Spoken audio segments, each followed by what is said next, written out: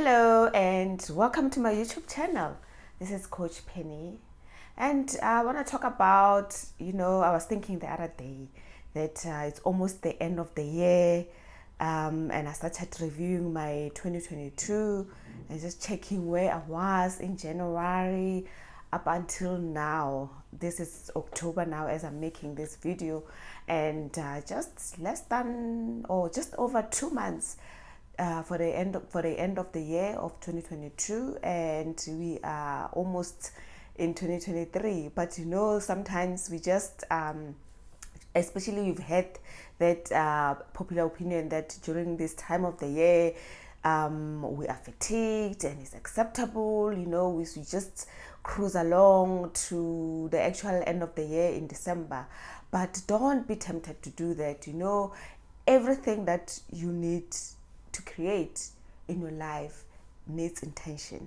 So this is the perfect time to start thinking about 2022, how it has been, and just taking stock, and also preparing your 2023. So I've got 10 tips that I can just give you during this time, during this remaining 2 months, to start working on how would you want to end the year 2022. You hear people say, I'm gonna end the year in a bang, but what do they really mean? I mean, I'm sure some people mean that they're just gonna party and party and party the whole time until the end of the year, whilst other people are just like zoning off, like giving themselves that permission to just end the year. And it is not time yet for that.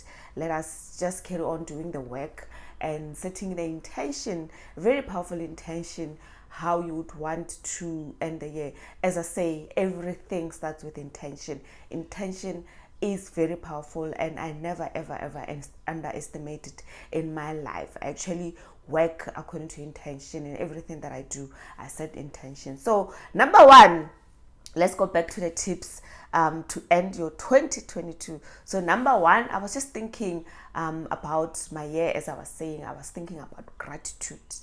Even if the year has not been what you have expected it to be, I just thought, like, thinking about from my January and just counting my blessings and just being grateful that, what, if anything, I'm still alive. And that means that I still have a purpose and God still has a plan for my life. So that gratitude, and you might not be where you want to be, but thank God you are not where you used to be. So that's the number one. Look over your whole year and see what you can appreciate about the year. There's always something to appreciate in everything of our life. Everything happened for a reason. Everything has a purpose, and there's always lessons to be learned, and there's always something to take, to be grateful of. So that's number one, being grateful. And number two, I touch on it a little bit, is note the lessons.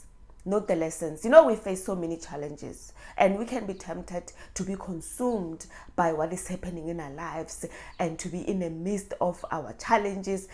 Also, mind you, I'm choosing my word properly. I'm not saying problems. I'm specifically choosing challenges, because also it's according to the language that you use in your life. If you're just gonna say problems, it's sort of like have a negative connotation. Some people don't want to use that word, because I'm always having problems and problems. But when you term it challenges, that it's something that is here for you to overcome. It's not meant to harm you, or it's not meant to destroy you. But what are the lessons that you can extract from that challenge and learn them?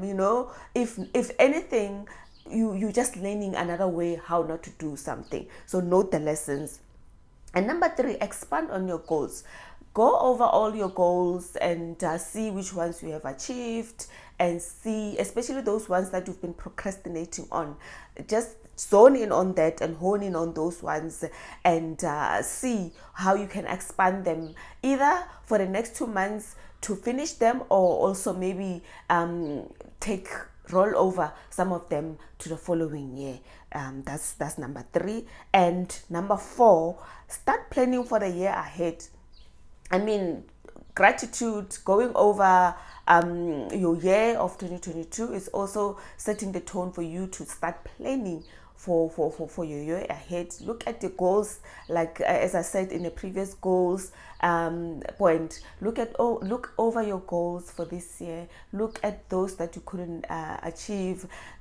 Just check what are the reasons for you not to have been able to achieve them. If there's still some that you are still not able to achieve, no problem. Give yourself a break, roll them over to the following year, and start making a plan for this year on how you're gonna make it for the following year. Prepare your 2023 using this momentum. It's gonna help you, trust me.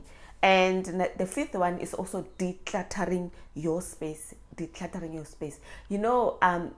We've been I'm speaking for myself. I've been alive for on this earth for so many years, and we tend to put everything in our head, and we clutter our head, we clutter our space. We don't want to let go of things. So this is a perfect opportunity to look at your space as well, and also to look at your mental space. What are those things that are still carrying on, that are chowing a lot of energy, that you can release? And you will learn that once you release all these things, you open up space for new energy that you can tap on during this time. Declutter your space. And number 6 is celebrate accomplishments. Sometimes we look at the goals, we say, oh, but I haven't made these goals. But look at the ones that you have achieved and learn to celebrate yourself. Give yourself a pat in the back. Say, well done for achieving these goals. It seems like I wasn't going to achieve it, but you did it. And just give yourself a break and celebrate those moments where you have where you have achieved certain things, whether big or small. Give yourself a break and celebrate. The only way you know how to celebrate yourself, use that to celebrate. And number 7 is prioritize and compartmentalize. So sometimes we get stuck in the moments. We have so many things to do. There's work life, there's family life, there's friendships, there's this and that, and we tend to put everything in the same box, but these things are not the same. So learn to look at what is the things that are more important to you.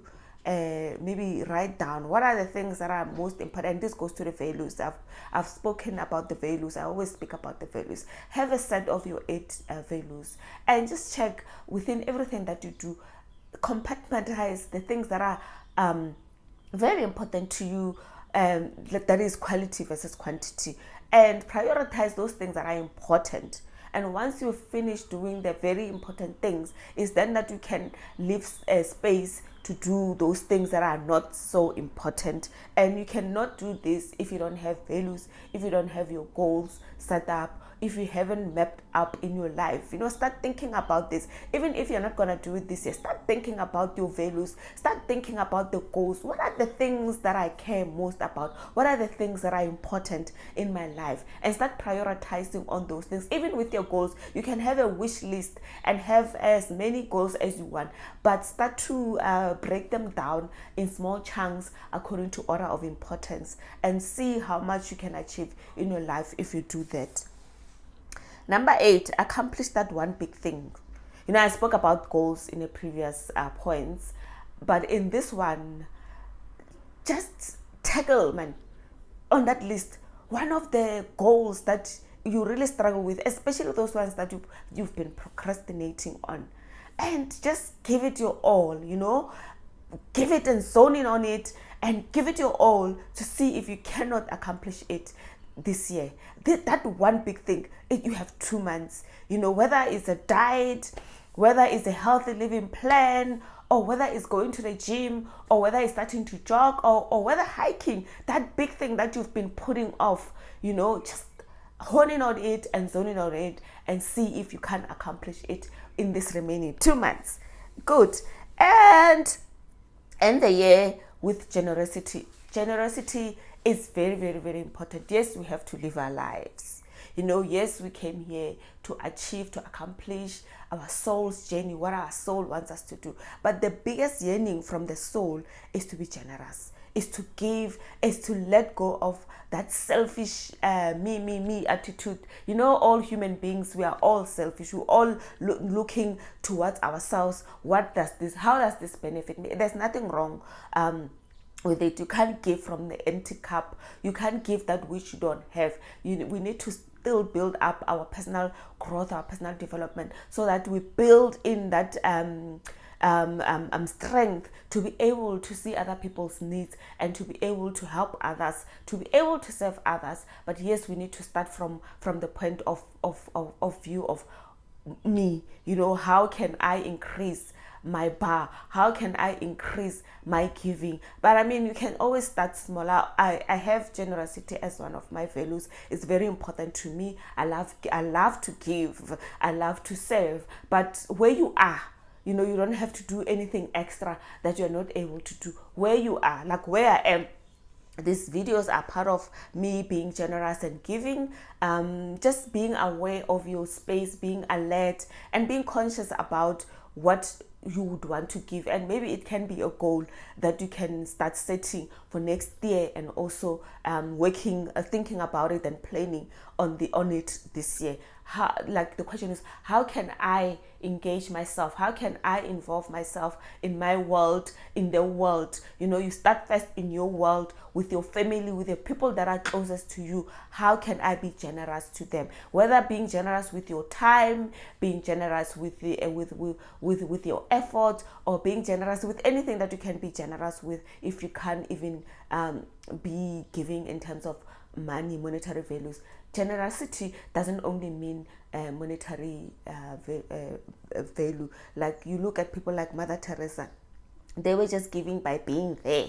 You know, you can be generous just giving someone your presence, because we tend to be moving all along. Everything is busy. We tend to be busy in our space, in our life. And even with the people that we are with, when we're sitting in our dinner table, we're not fully there, we're not fully present, and we don't even set a specific time to have maybe dinner as the family. Even if when we're eating, we are busy on our gadgets called cell phones and technology. So even if you're gonna take away that aspect of when you're having dinner with your family, not being present and always looking at your phone, if you can take that one aspect, and when you are present with your family, be fully present. That is very important.